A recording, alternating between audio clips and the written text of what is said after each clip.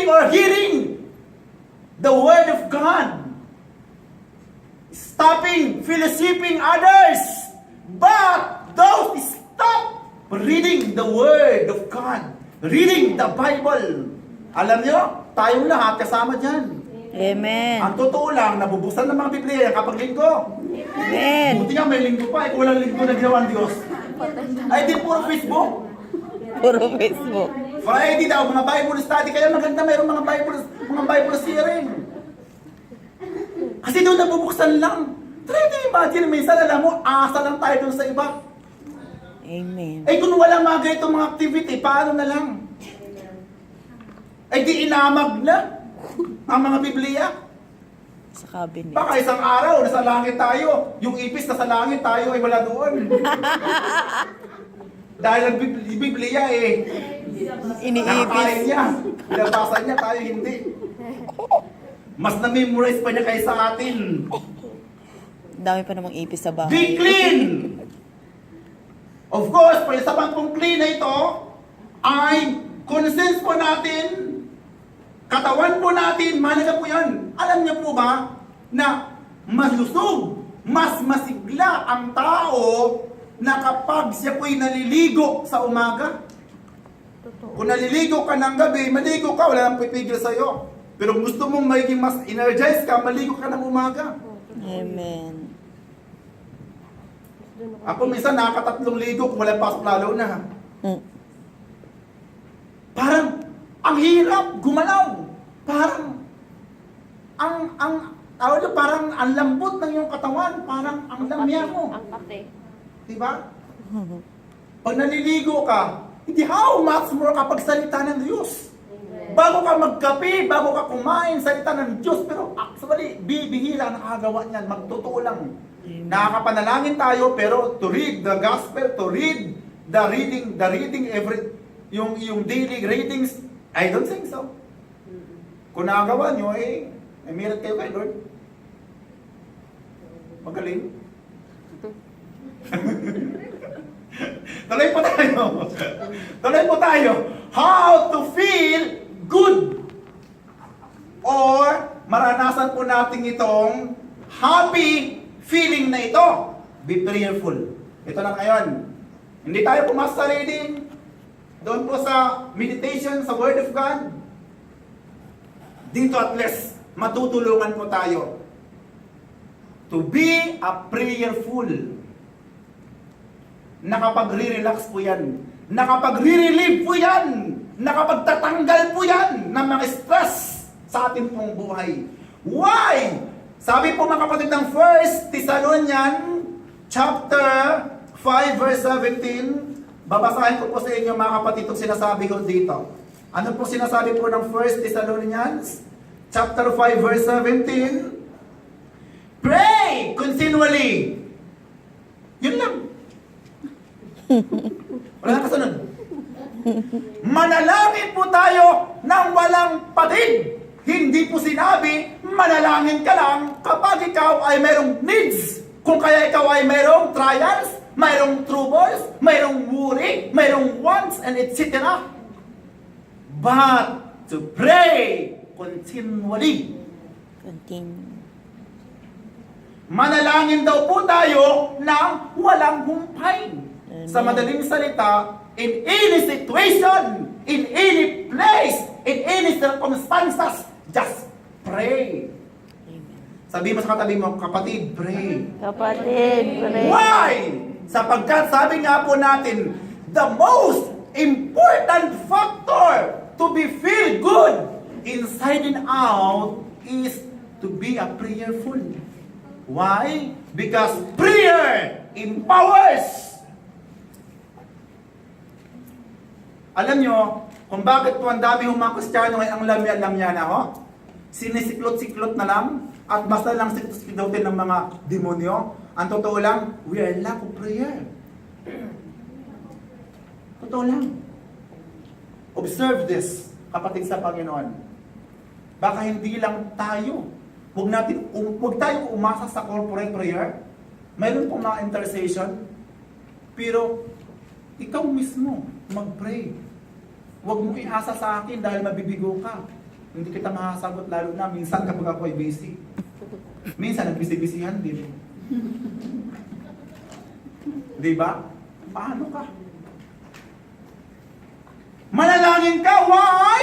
Prayer! Plug you in to God. Can you imagine? When you pray, then you are plug you in to God. Kung ikaw ay naka-plug in sa Diyos, then the power from heaven downs from you. Amen. Tingnan po ninyo, anong kwenta ng aircon, ng microphone, ng lahat ng ditong ginagamit sa electrical, ng buhay po siya, okay siya, wala pong defect, wala pong diferensya, pero hindi po naka-plug in, hindi naka-plug in sa main switch o kaya hindi po naka-switch on. Ang main switch, ang electricity, hindi natin may enjoy. That's why the power of God is sufficient. Alam niyo ba yun? The mighty power of God is sufficient. But we cannot enjoy this kind of power if we cannot plug in doon. Amen. Amen? Amen. And to plug in is through prayer. Amen. Amen. Ligunin mo katabi mo, kapatid. Plug in. Plug in. Plug in. Plug in. Yes. Because prayer transport from misery to the garden of quiet. Misteryoso ang buhay mo, misery. Masalimot ang buhay mo, then pray. May kasabihan nga po when you pray, why you are worried when you pray? If you are praying. Amen. Amen. Ba't ka mababalisa kung ikaw ay nagpipray?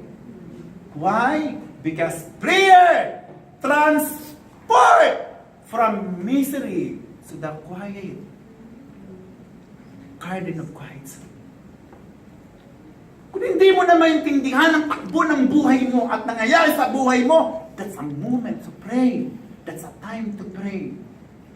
Para mula dahil sa misiring buhay mo yan, matransport ka doon sa isang mapayapa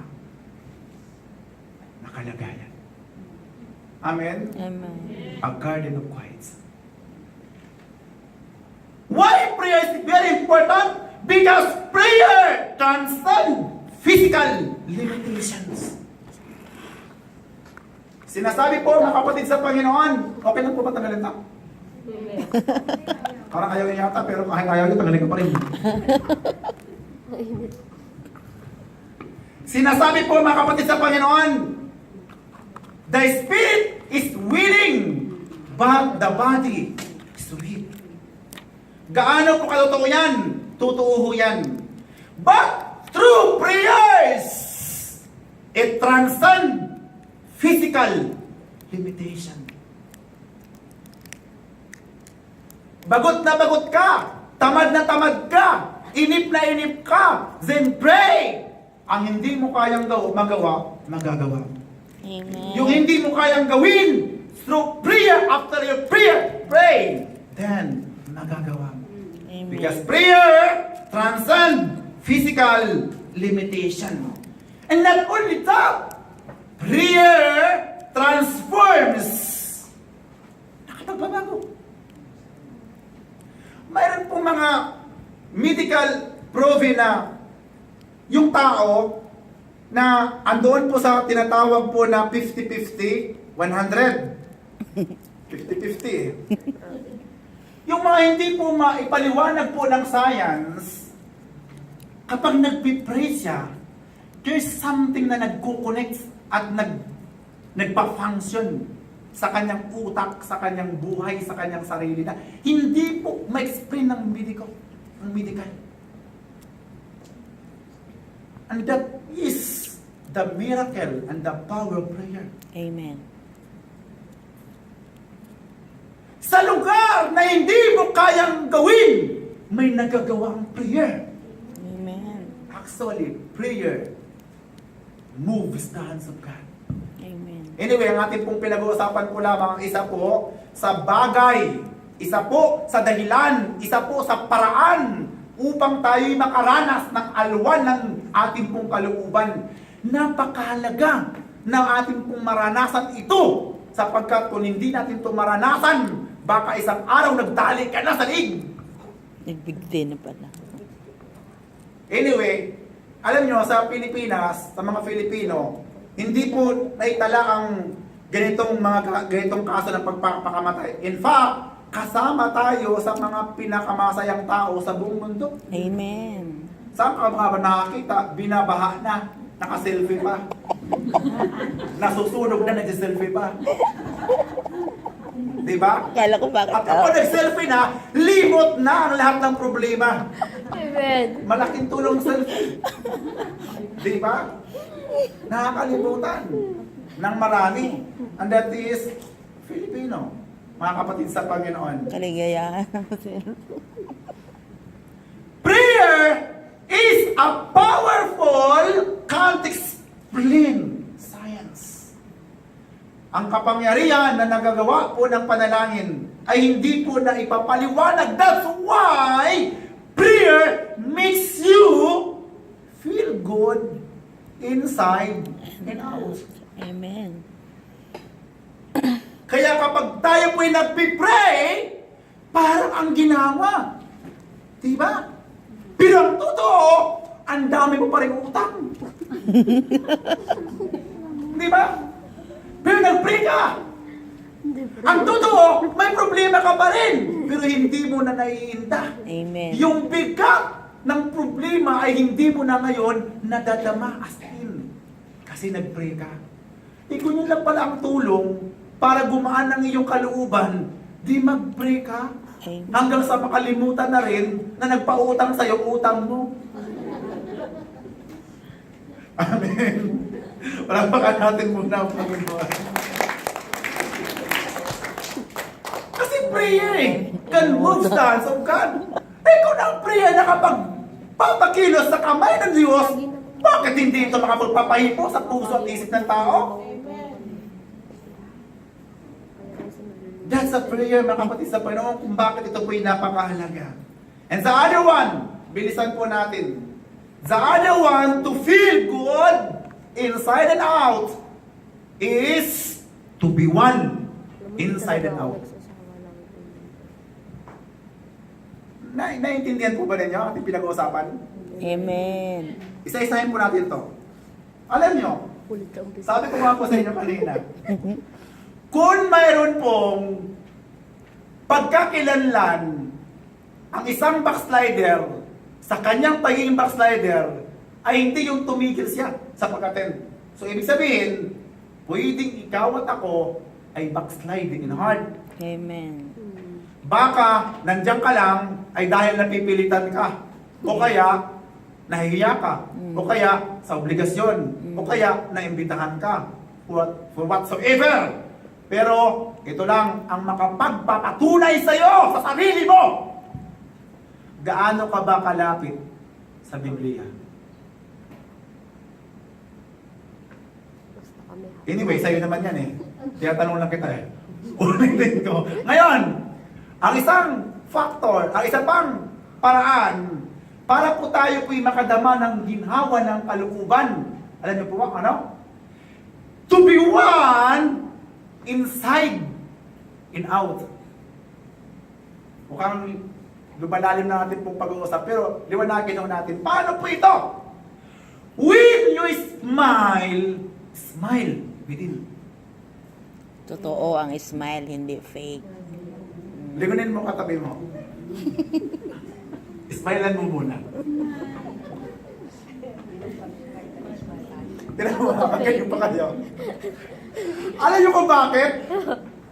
At totoo lang, yung nakaka-stress ay hindi yung maraming problema sa paligid natin. Hindi yung kakainin po natin, hindi yung daramtin po natin, hindi yun. Ano yung nakaka-stress? Yung kasama mo. Kasama. At ito pa, magaling kayo. Bakit? Kasi ang totoo lang, kaya nakaka-stress dahil gumigiti ka sa kanya. Pero ang kalooban nyo nagsusuntukan. Oh my goodness! Oh, come on! Di ba? Wake up! It is for us Amen. Uy, totoo yan. to be one inside and out. We respond. Smile within. Amen. Amen. Tama o tama? Tama. Makinig po kayo, makinig po kayo. Ay, Marami tama nakikinig ka. dito eh. Outside this room, marami nakikinig. Makinig po kayo. Makinig po kayo.